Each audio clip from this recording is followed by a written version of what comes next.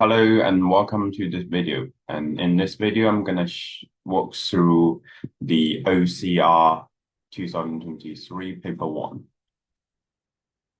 All right, let's get started. So I just paste all the question here, so it will make some more spaces. Otherwise, it's a bit difficult to write.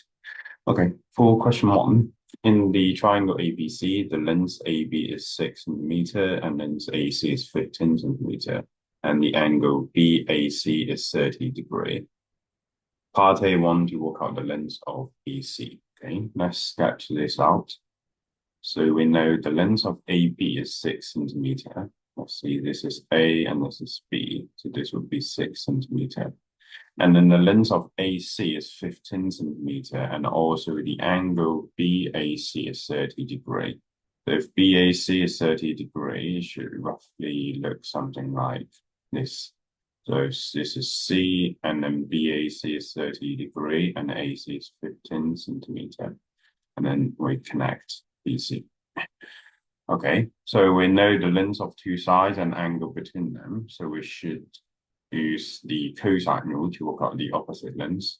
So BC is equal to square root of 6 square plus 15 square minus 2 times 6 times by 15 times by cos 30 degree. So put this in the calculator. Since it's degree, so we might need to check the setting and the calculator into degree. Just be careful. Yeah, so 6 square plus 15 square minus 2 times 6 times 15 times by cos 30. That will give us 10.25 centimeter. And then for part B, D is the point on AC such that the length of BD is equal to 4 centimeter. And we want to work out the possible values of angle ADB. Okay, so if BD is equal to 4 centimeter, and then D is a point on AC, so the one possible position could be here, let's call it D1, and another possible position could be here, D2. So there are two possible angles for angle ADB. Because it could be the obtuse one or it could be acute one.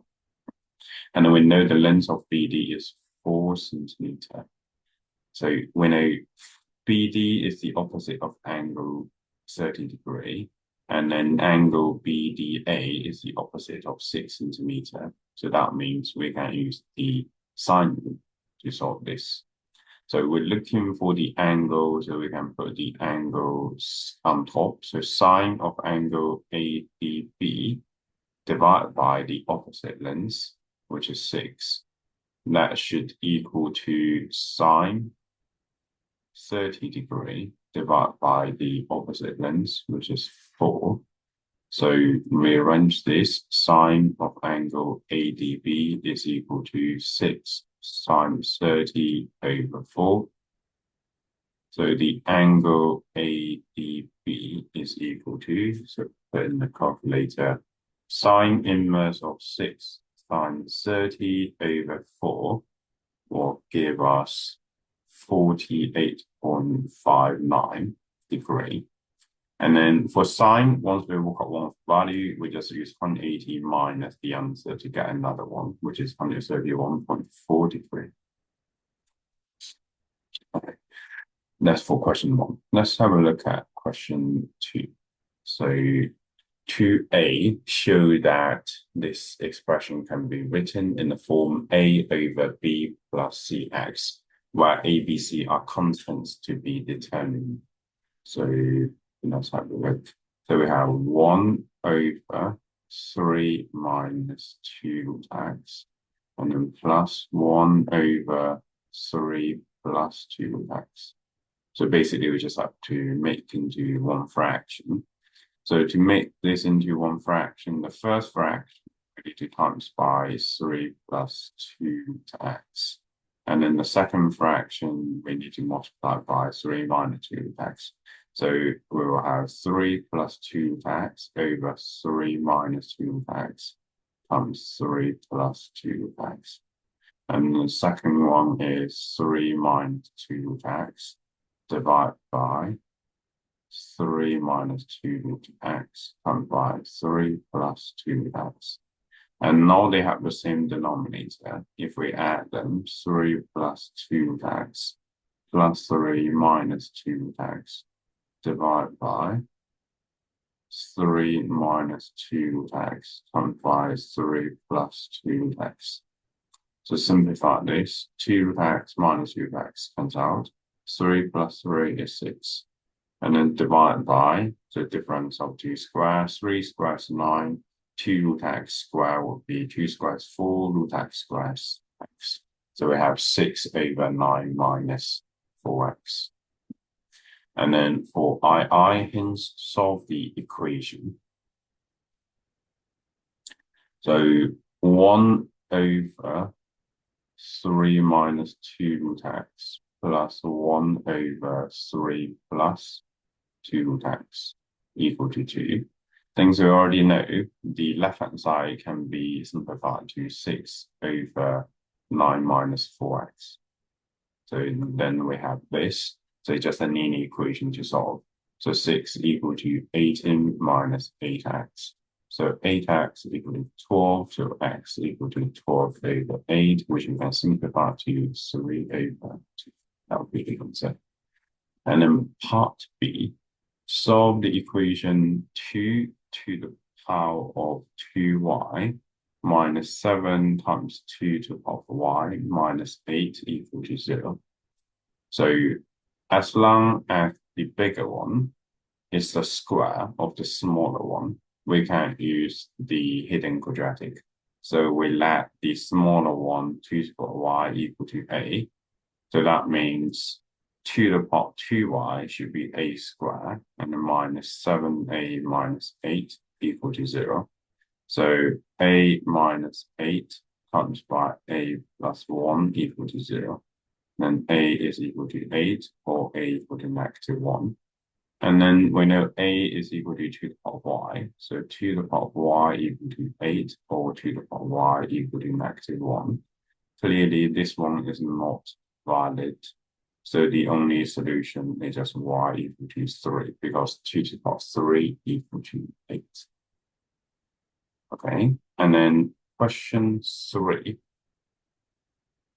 Given that fx is x squared plus 2x, we want to use the first principle to find the derivative. For the first principle, we know the formula is f dash x equal to limits h goes to 0, fx plus h minus fx and all over h.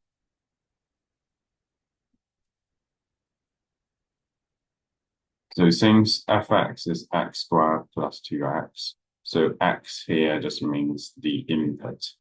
So if now the input become fx plus h, so we just change all the x into x plus h. That would be x plus h squared plus 2 times x plus h, and the minus fx, which is x squared plus 2x all over h. So expand it out and simplify. We have x squared plus 2xh plus h squared plus 2x plus 2h minus x squared minus 2x all over h. So x squared minus x squared cancels out. 2x minus 2x cancels out. And then if we simplify this fraction, 2xh over h is 2x. H squared over h is h. 2h over h is 2. And if we let h goes to 0, so always left just 2x plus 2. Then that will be the answer. And then part B. The gradient of a curve is given by dy over dx equal to 2x plus 2. And then the curve passes through the point negative 1, 5. Find the equation of the curve. So if the derivative dy over dx is 2x plus 2, then to find the original curve, which is y, we just have to integrate it. And then we know the derivative of x squared plus 2x is 2x plus 2. So if we integrate it, it has to be x squared plus 2x. And then we also need to put plus c.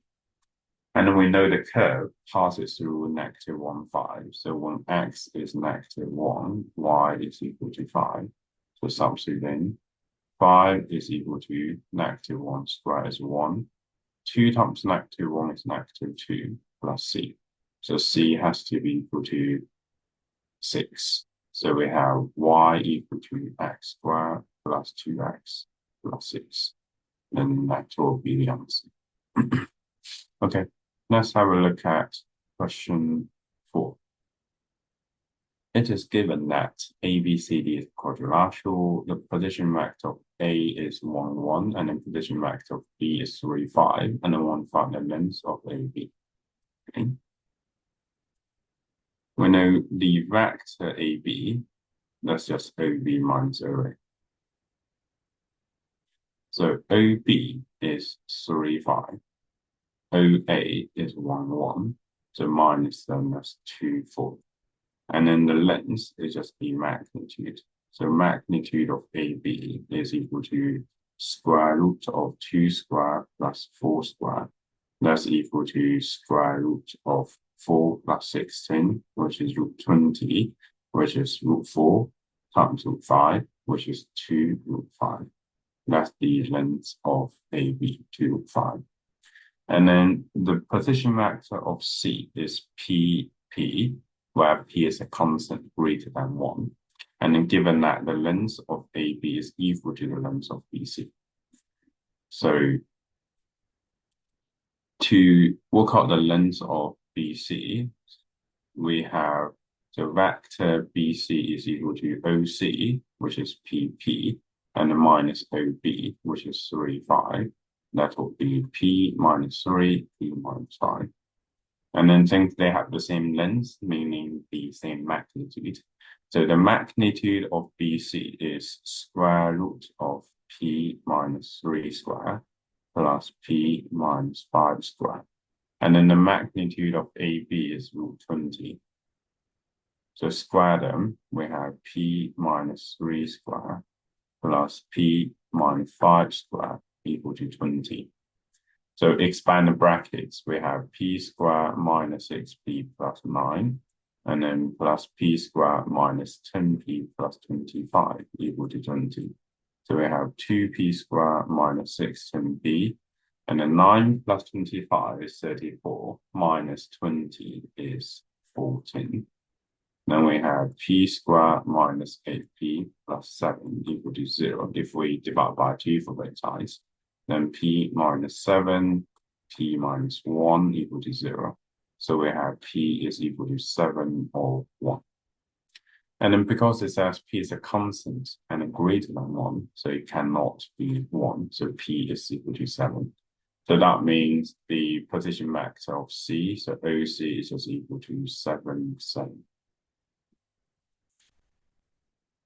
Okay, part C. The point M is the midpoint of AC. Given that MD vector is equal to 2BM, determine the position vector of B. Okay, so part C, we have M is a midpoint of AC. So we know for OA, which is point A, we have 1, 1. And then point C, we just worked it out, is 7, 7. That means M is the midpoint of A and C. So just plus them and half it. So 8 divided by 2 is 4. So point M is 4, 4. And then we know vector in D equal to 2 times vector in B. So MD is OD minus OM, which is 4, 4. And then 2 loss of BM, so OM, which is 4, 4. And then minus OB, which is 3, 5 from before. Then we have OD is equal to 4, 4, and then so 4 minus 3 is 1, and then 4 minus 5 is -1. So if we times by 2, then that'll be 2 and the -2. So OD should be 6, 2. And then now we work out OD, which is 6, 2. They want us to state the name of the quadrilateral ABCD, and then we need to give a reason for the answer. Okay, let's gather all the information first. So far, we know point A is 1, 1, and then point B is 3, 5. And then point C is 7, 7. And then point D, we just worked it out, is 6, 2. Let's sketch them out, actually. That'll probably be easier to visualize it. So we have 1, 1, 7, 7. So it has to lie on the diagonal line. Let's say 1 is here, 1 is here. So that's our point A. And then 7, 7, let's just say 7 is here. And then another 7 will be roughly somewhere here. So we have this point as point C. And then 3, 5. So 3 will be roughly somewhere here. And then 5 will be more close to 7. So 5 will be roughly somewhere here. And then D is 6, 2. So 6 is somewhere here. 2 is somewhere here. So that's D. And then we know the length of AB is equal to the length of BC. And also vector MD is equal to 2BM, and M is the midpoint of AC. So this is AC, and then the midpoint of AC is roughly here, M. And then it says MD is 2 lots of BM. So this should be roughly on the same straight line. And also AB is equal to BC. So this length is equal to this length. And then M is a midpoint of AC. So basically, this triangle should be an isosceles triangle. And then those two should be like symmetrical, the two small triangles. And then if BD is, so MD is 2 lots of BM, so they have to lie on the same straight line. And let me change it there. So M will be roughly, D will be roughly somewhere here, because they're on the same straight line. MD is 2BM. So that's the final diagram. So it should be a kite, because those two have the same length, and then M is a midpoint. So which means this isosceles triangle cut in half. So like those two small triangles should be exactly the same.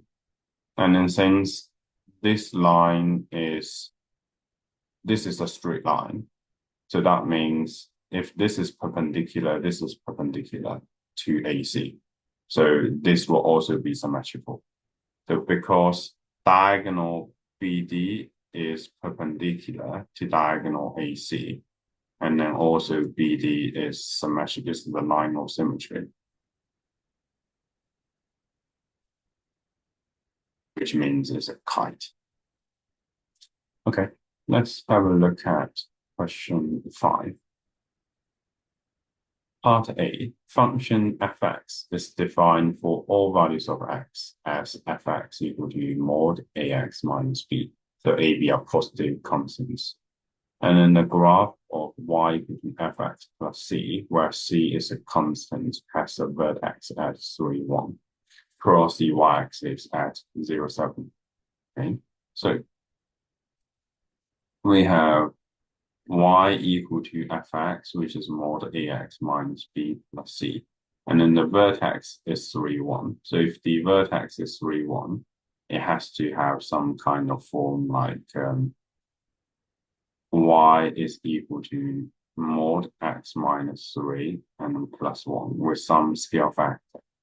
So the important thing for the modulus function is, so it behaved the same as the quadratic, the complete square form for quadratic. So like if you have y equal to 2 times x minus 1 squared plus 7, we know the turning point is just 1 and 7. So what's outside the brackets will be the y value of the turning point. And what's inside the brackets equal to 0 will be the x value of the turning point. So if you have like y equal to 2 times mod x minus 1 plus 7, so they should have the same turning point. So what's outside the modulus will be the y value of the turning point. And then what's inside the modulus equal to 0, that will give us the x value of the turning point. So they have the similar property because anything square has to be more than equal to 0. And if you take the modulus, it's also more than equal to 0. So that's the reason why. Yeah. So if you have y equal to -5 mod x plus 2 and then minus 3, then the turning point will be x plus 2 equal to 0. We have -2. Outside is -3. So that will be the turning point. So if you have y equal to -5 times x plus 2 square minus 3, they should have the same turning point. So because we have 3, 1 as the vertex, which is the turning point, then it has to have +1 outside and then x minus 3 inside, because x minus 3 equal to 0 give us 3. And they tell us it crosses the y-axis at 0, 7. So that means when x equal to 0, y equal to 7. So that will be 7 equal to a times 0 minus 3 is just -3 plus 1. So -1 we have 6 and mod -3 just 3. So a has to be equal to 2. So we have y equal to 2 times mod x minus 3 plus 1. So because they have the form mod ax minus b plus c, so we have to times that 2 inside. That would be 2x minus 6 mod. So a is 2, and then b is b6, and then c is equal to 1. That's how we find it. And then for II, explain why f inverse x does not exist. So the important thing is the inverse function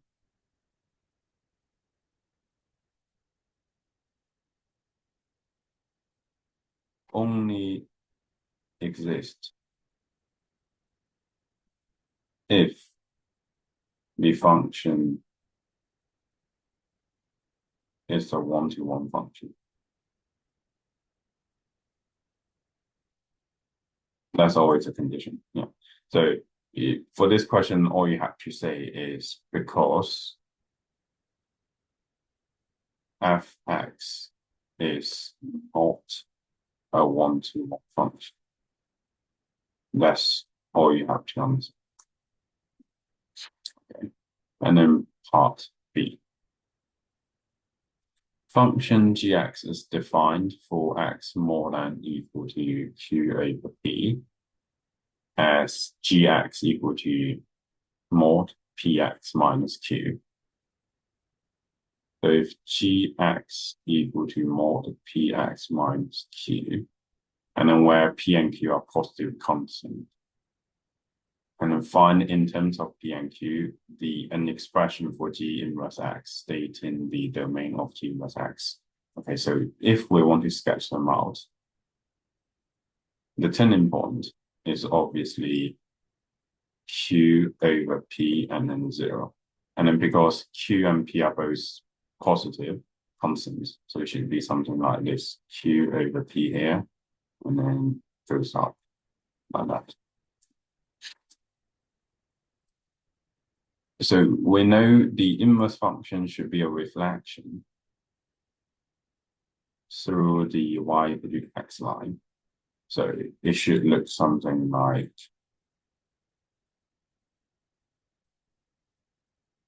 this. Yeah. So it's also a straight line.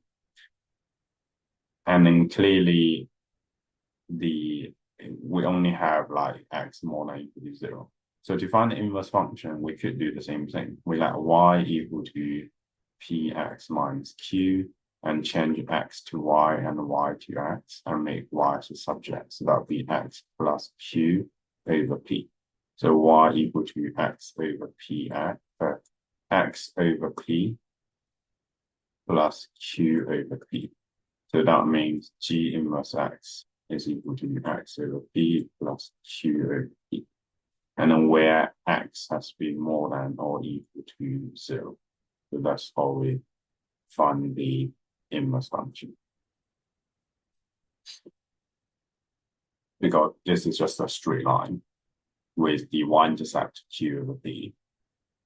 And then we only have the part which is on the right-hand side of the x-axis, the positive x-axis. So I have the x is more than or equal to 0. So that's all. Okay, so for II, state the set of values P for which the equation gx equal to g inverse x has no solutions. So from the diagram I sketched, we can see they will intersect at y equal to x. So if they have no solution, that means they have no intersection point.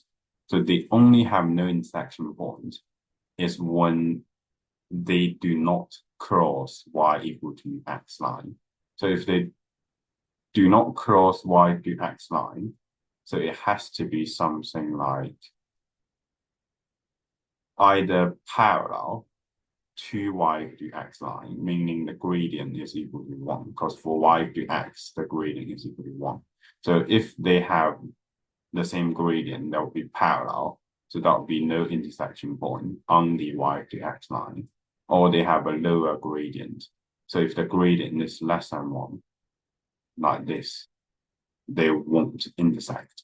So the answer for this one is just P has to be more than 0 because they are positive constants.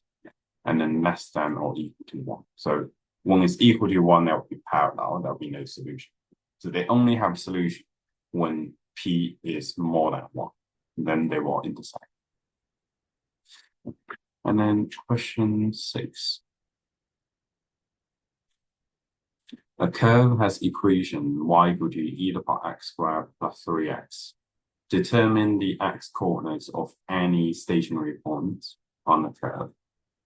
So stationary point means we need to differentiate. So dy over dx equal to 0. So let's start to differentiate. If y equal to e to the power x squared plus 3x, then dy over dx equal to e to the power x squared plus 3x times by the derivative of the power, which is 2x plus 3. And then to find the stationary points, we just have to let the derivative equal to 0. And then we know for exponential is always more than or more than 0. So this cannot be equal to 0. So only this one can. So 2x plus 3 equal to 0, x equal to negative 3 over 2. That would be the x coordinates of the curve, of the stationary. And then for part B, show that the curve is convex for all values of x. So if we check whether it's convex or concave, we have to find the second derivative. So the second derivative is equal to, so if we differentiate the first derivative again, we need to use the product rule. So that would be e to the power x squared plus 3x stay the same. And we times by the derivative of 2x plus 3, which is 2.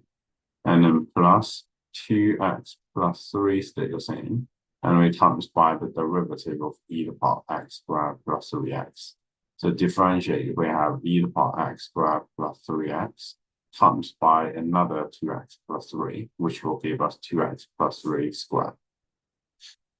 And then we know this term, the exponential is always more than 0. So we know this is more than 0. And then the square is also more than or equal to 0. And then this is also more than 0. So we know the second derivative is always more than or equal to 0. Yeah, it's always more than 0 in this case. So therefore, it is convex for or values of x. Okay, let's have a look at question 7. Is the result of cos A plus B equal to cos A cos B minus sin A sin B to show that cos A minus B is equal to cos A cos B plus sin A sin B?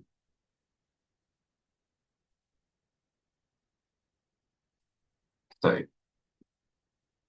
cos A minus B is same as cos of A plus negative B, if you write like this. And then apply the identity given, so that'll be cos A cos negative B minus sin A and sin negative B. And then we know cos negative theta is equal to cos theta.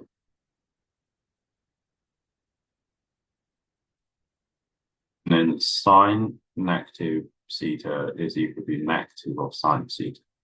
So therefore, we have cos A, cos B. And then negative make it positive, would be plus sin A and sin. That's how we got this. And then for part B, show that f theta is equal to cos square theta minus 1/4. So for this one, f theta is cos theta plus 30 times by cos theta minus 30. Use the addition formula. We have cos theta cos 30, and then minus sin theta sin 30. And then times by cos theta cos 30 plus sin theta sin 30.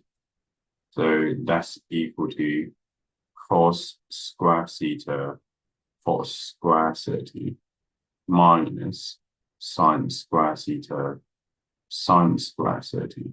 Basically the difference of two squares. So we know cos 30 is 3/2. If we square that, that would be 3/4. And then sin theta is 1/2. If we square that, that would be 1/4. It's a show question. We want cos only, so we need to change sine into cos. So 3/4 cos square theta minus 1/4. 1 minus cos square theta equal to sin square theta. And then we have this. So expand it out. 3/4 cos square theta minus 1/4 plus 1/4 cos square theta. So if we add them, that would be cos square theta minus 1/4. That's how we get the solution. And then part C, we want to determine the maximum value of f theta and then the smallest positive value of theta for which this maximum value occurs, and then determine the minimum value of f theta and then the smallest positive value of theta for which the minimum occurs. Okay, so because f theta is cos square theta minus 1/4, we know cos theta has to be more than or equal to -1 and less than or equal to 1. And then if you square that, cos square theta has to be more than or equal to 0, because anything square has to be positive. But because cos is any value between 1 and -1, so even if we square that, the maximum that we have is just 1, because 1 squared is going to be 1. And if any value which is smaller than 1, like 0.9 squared will be 0.81, and then 0.8 squared, 0.64, is always smaller than 1. So the maximum we can have for cos square theta is just 1. So that means f theta has to be, so cos square theta minus 1/4 has to be less than equal to 3/4, and then more than equal to -1/4. So that would be the range of values. F theta is more than equal to -1/4, less than 3/4. So the maximum of f theta has to be 3/4. So that's when cos square theta equal to 1, which means this one cos theta equal to 1 or negative 1. And then we know if cos theta equal to 1 is equal to 0 or 360. And the negative 1 means 180 degrees. Because we're looking for the smallest positive line. So it has to be 180 because 0 is not positive. 0 is just 0. And then for the minimum of f theta, that should just be negative 1/4. So that's when cos square theta equal to 0. So which means cos theta equal to 0. So which means theta has to be equal to 90 degrees. That's how we solve this. Okay. Let's have a look at question 8. Find the first 3 terms in the expansion of 4 plus 3x plus 3/2 in ascending power of x.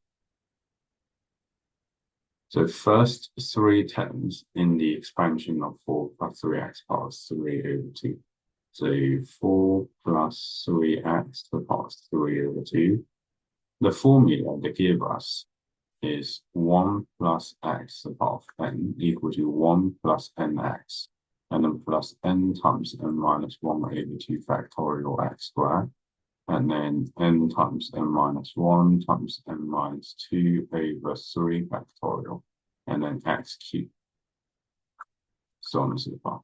So therefore, we have to make into 1 plus x to the power of n form. So first we factorize out 4. So if we factorize out 4, we will have 1 plus 3/4x left. Because if we factorize out 4, 4 divided by 4 equal to 1, and 3x divided by 4 equal to 3/4x. And then we need to apply the power to each one of them. It will be 4 to the power of 3/2 times 1 plus 3/4x to the power of 3/2. And 4 to the power of 3/2, that's equal to 2 to the power of 3, which is 8. And then expand this one, we have 1 plus 3/2 times 3/4x, and then plus 3/2 times by 3/2 minus 1, which is 1/2, over 2 factorial, and then 3/4x squared. And then we only need the first 3 terms, so that's all we need. So now we just have to simplify this. So 3/2 times 3/4x. That will be 9/8x. And then 3/2 times by 1/2 divided by 2 factorial. And then times by 3/4 square. That should be 27/128 x squared.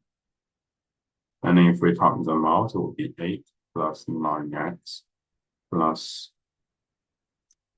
27/16x squared. That's how we solve this. And then for part B, state the range of values of x for which the expansion is valid. So whatever the input is, whatever the x is, has to be mod x has to be less than 1 to make it valid. So in this case, 1 plus 3/4x. So this 3/4x modulus of that has to be less than 1. So that means 3/4 times mod x is less than 1. So mod x has to be less than 4/3. Let's solve this. So let me give you some examples. So if you have, for example, 1 plus 10x to the power of half, so whatever here should be less than 1. So then mod x will be less than 1 over 10. So that's how we solve this. Find the range of values for x. Okay, let's have a look at part C. In the expansion of 4 plus 3x plus 3 over 2 times 1 plus 8x squared, the coefficient of x squared is 176. So we already expand it out. We know the first three terms, which is 8 plus 9x plus 27 over 16x squared. And then if we expand the second half, that will be 1 plus 2ax plus a squared x squared. And since we're only interested in the x squared term, so constant times by x squared will give us x squared term. And then x times x will give us the x squared term. So it'll be 9x times by 2ax, which is 18ax squared. And then constant, square times constant will give us the x squared term. So that's the x squared term we should have. That should equal to 107 over 6 in x squared. So we have 8a squared plus 18a plus 27 over 16 equal to 107 over 16. So 8a squared plus 18a, so 27 over 16 minus 107 over 16 is negative 5. So now solve this quadratic equation, put in the calculator 8, 18, negative 5. We have a is either 1/4 or a equal to negative 5 over 2. So that will be the possible values of a. And then let's have a look at question 9.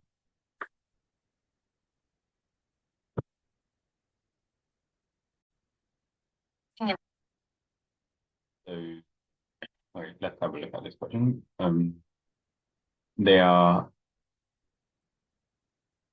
So in this model, B is equal to 20 plus 2t plus cos 3t and f equal to 50 e to the power 0.1t. And we know the B means the number of bees, and then F means the number of wildflower plants, and then T weeks. Okay, so state the meaning of df over dB over df.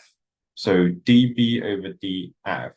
So because B is the number of bees and then F is the number of wildflower plants, so that means dB over df should be the rate of change of the number of bees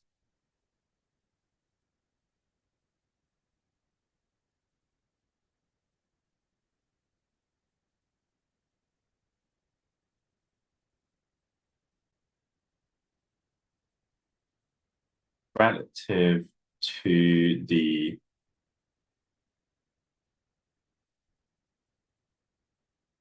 change of the number of wild flower plants. So this works for all the derivative. So if you have like dA over dB, you just say that's the rate of change of the numbers of A relative to the rate of the change of the number of B, so on and so forth. Okay, and then for part B, we're looking for dB over dF when t equal to 4. So we can change that into, so because B in terms of t and F in terms of t, so you need to use the chain rule. So dB over dt divided by dF over dt. So that's what equal to, so differentiate B with respect to t, 20 differentiate to 0, and then 2t differentiate to 2, and then cos 3t will differentiate to negative 3 sine 3t. And then divide by df over dt, which is 50 e to the power 0.1t times by 0.1. To simplify that, we have 2 minus 3 sine 3t over 5 e to the power 0.1t. And then we're looking for df over dB over df when t equal to 4. So when t equal to 4, dB over df is equal to 2 minus 3 sine 3 times 4 over 5 e to the power 0.1 times by 4. if we put that in the calculator. So 2 minus 3 times 5 sine 3 times 4 over 5 times 5 e to the power 0.1 times 4. That's equal to 0.4839. So another important thing we need to know is, so as long as they don't leave as like a degree sign, a little circle on top, that means degree. So if they don't leave in this form, it has to be in radian for this question. Yeah. So this one, no little circle on top, so it has to be in radian. So we have to change the radian mode when we put sine 3.4. Okay, and then part C, suggest a reason why this model may not be valid for values of t greater than 12. Okay, so because t means the number of weeks, so 12 weeks is same as, so each month we have 4 weeks, divided by 4, we have 3 months. And then because the study takes place over a series of weeks in the summer, so we know summer usually just 3 months. So if t is more than 12, then that will be more than 3 months. So it's not in summer anymore. So that's why it cannot be valid. Yeah. So we just say summer lasts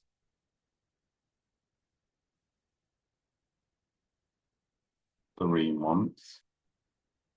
So if t is more than 12, then it won't be summer anymore.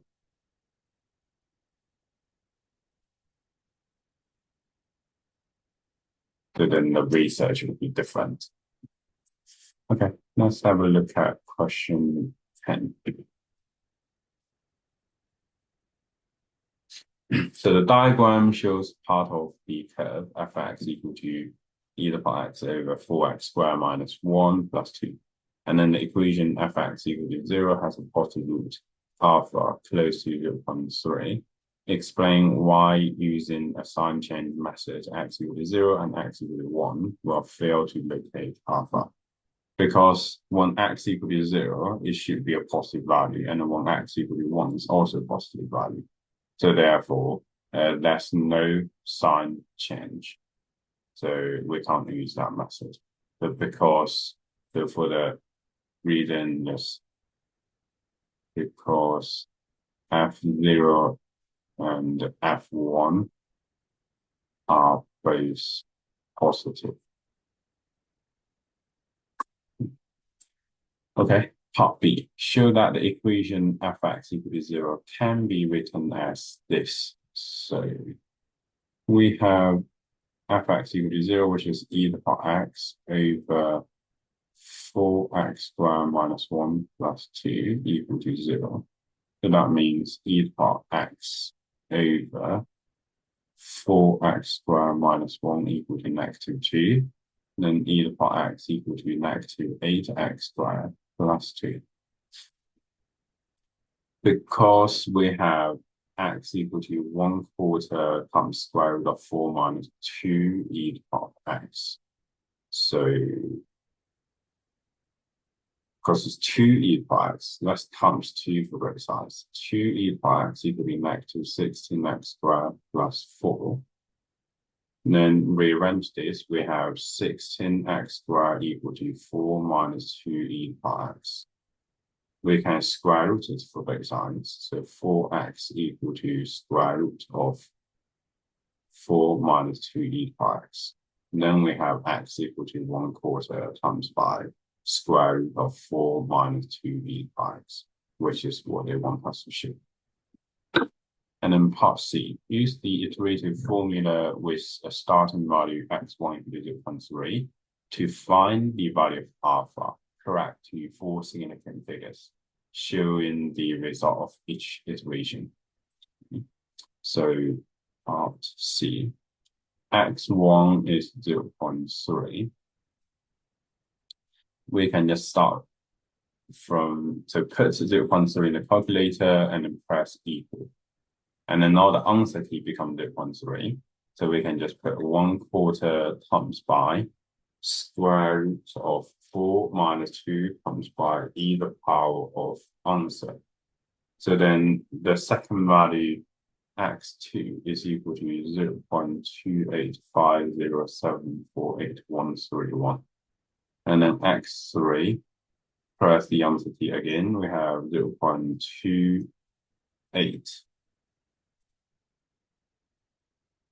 0.28942589291, and then x4 is 0.2881708, so far.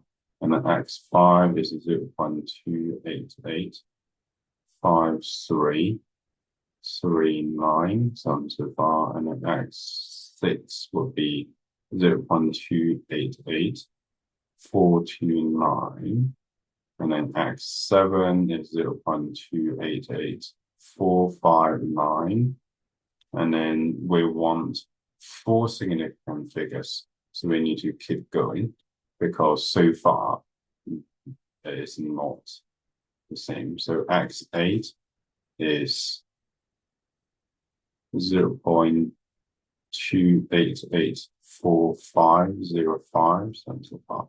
So now we can see this one will round it to 0.2885, and then this one is also 0.2885. So that will be the 4 significant figures. And then part D. An alternative formula is xn plus 1 equal to f xn, where f xn is equal to ln2 minus 8, and then x in the path 2.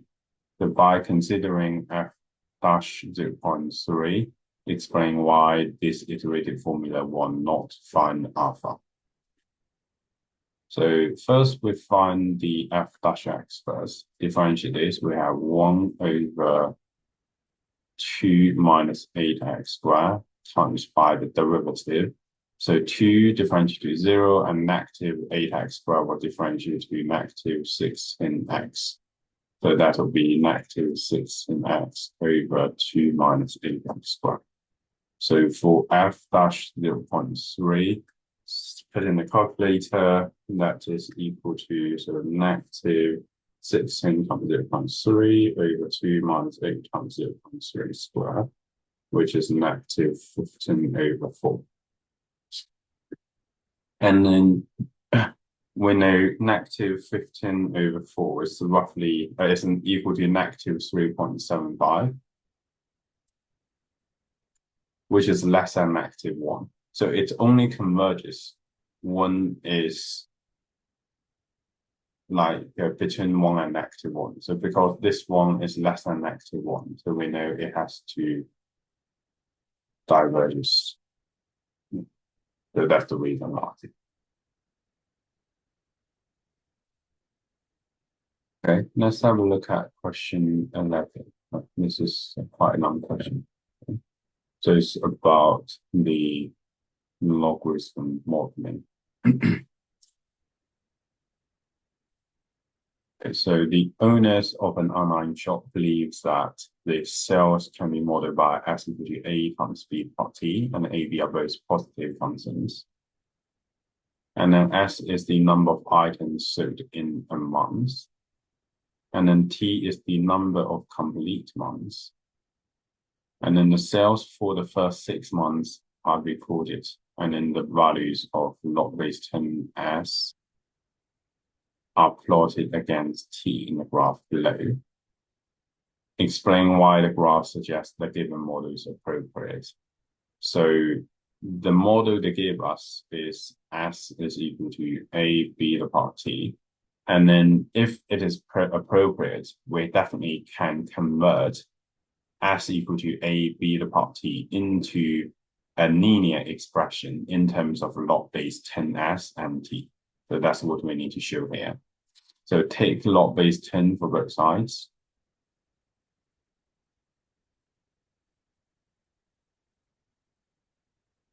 Then we have log base 10s equal to log base 10a plus log base 10b to the power t. Then we have log base 10x equal to log base 10a plus t times by log base 10b. So this is clearly a straight line graph. So this is the vertical axis, and then log base 10b is the gradient times t, and then plus log base 10a. So then it is a valid model.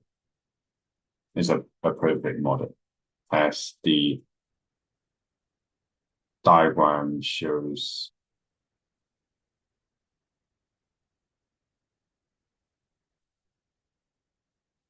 A straight line.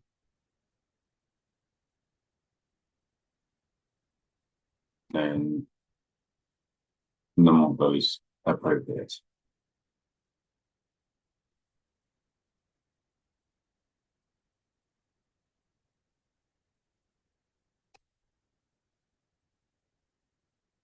Okay. And then the owners believe that A equal to 120, B equal to 1.15 are good estimators for the perimeter in the model. Show that the graph supports these estimators for the perimeter.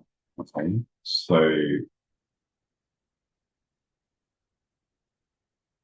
A equal to 120, B equal to 1.15. We want to check whether this is valid. So let's see. S equal to A is 120 times B 1.15 the power T. So we just have to pick some point to check. But let's pick this one. So when T is equal to 2, log base 10s is equal to 2.2.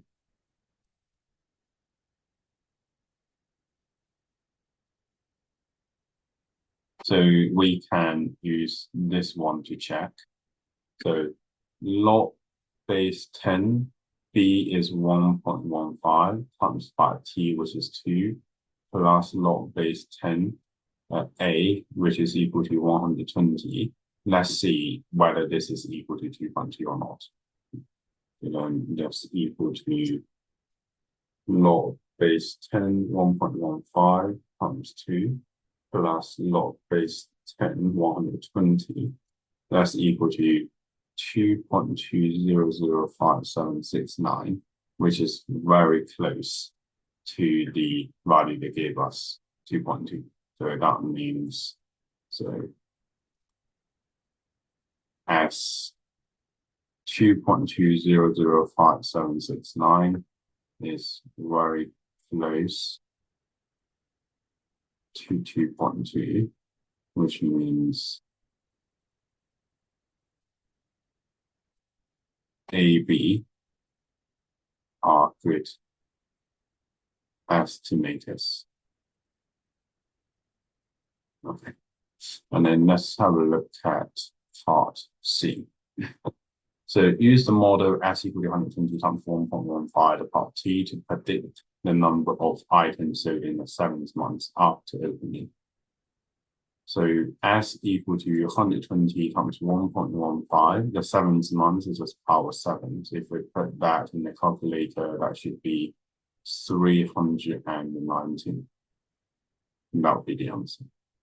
And then part D. So use the model S equal to 120 times 1.15 the part T to predict the number of months after opening when the total number of items sold after opening will first exceed 70,000. Okay. So because we're looking for the total number of items sold, it's about the sum. And then clearly this is the geometric sequence, because for geometric sequence, it's always un equal to A times by R the power of n4. So they have the same form, so it has to be a geometric sequence. So if we're looking for the sum, we have to use the geometric series. So the geometric series formula is a times by r to the power n minus 1 over r minus 1. So a is the first term, so that would be 120 times by 1.15 to the power of 1. And then r is clearly 1.15. The power of n is what we're looking for, minus 1 over 1.15 minus 1. And then exceeds 70,000. So now we just have to solve this inequality to get the answer.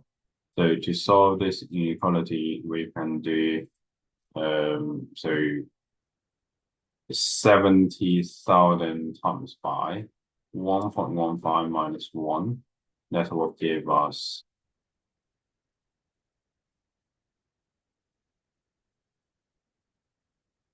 10500. And then 10,500 divided by 120 and also 1.15. That will give us 1750 over 23. And then plus 1 for both sides. We have 1773 over 23. So now we just have to take logarithm for both sides. I will just take ln for both sides. So we ln 1.15 to the power of n more than ln 1773 over 23. Then bring the powers of coefficient. So n times ln 1.15 more than ln 1773 over 23. And then because ln 1.15 is more than is positive, so we can just divide it for both sides without changing the inequality sign. So remember,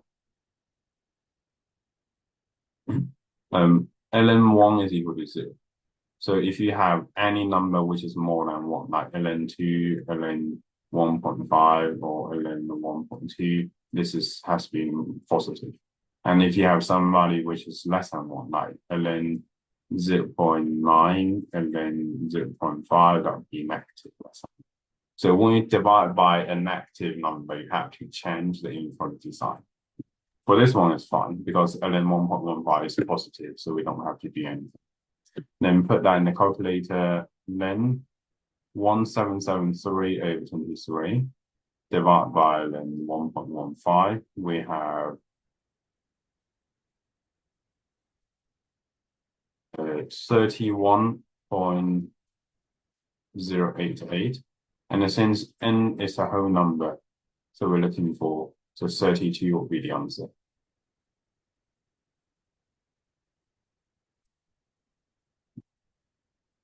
Now, comment on how reliable this prediction may be. So because, so in a real market, the sale cannot just keep increase forever. Yeah, so it's not reliable.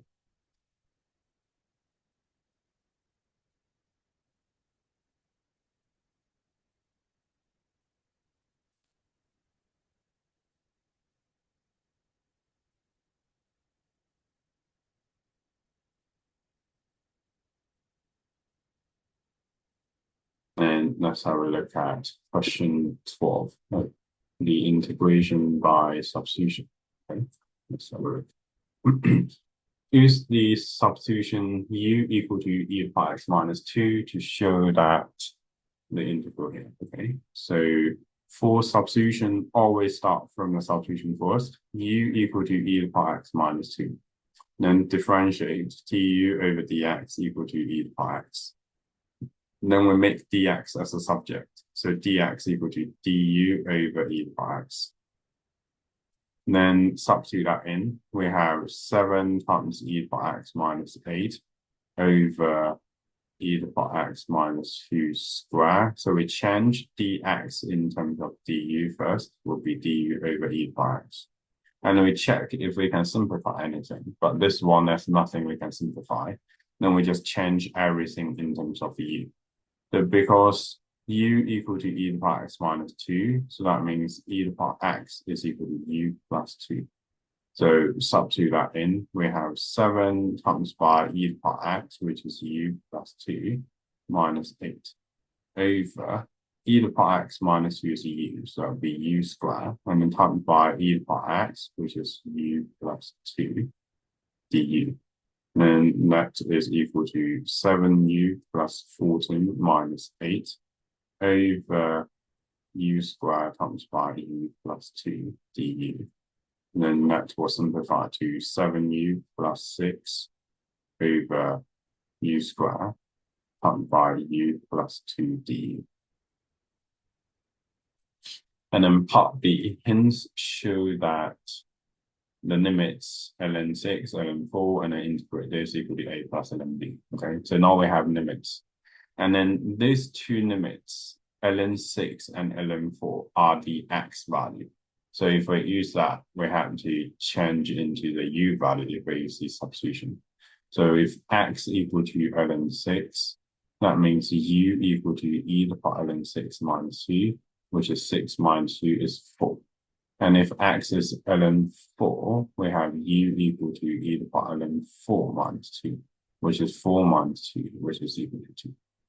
So then change that, we have ln6, ln4, 7 e to the power x minus 8 over e to the power x minus 2 squared dx.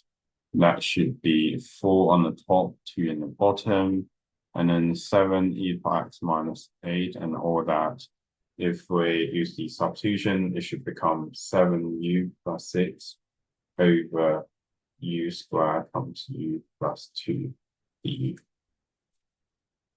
And then now we have a fraction, and then we can't just integrate it straight away, so we have to use the partial fraction to solve this. So let's start from the partial fraction. So 7u plus 6 over u squared times u plus 2.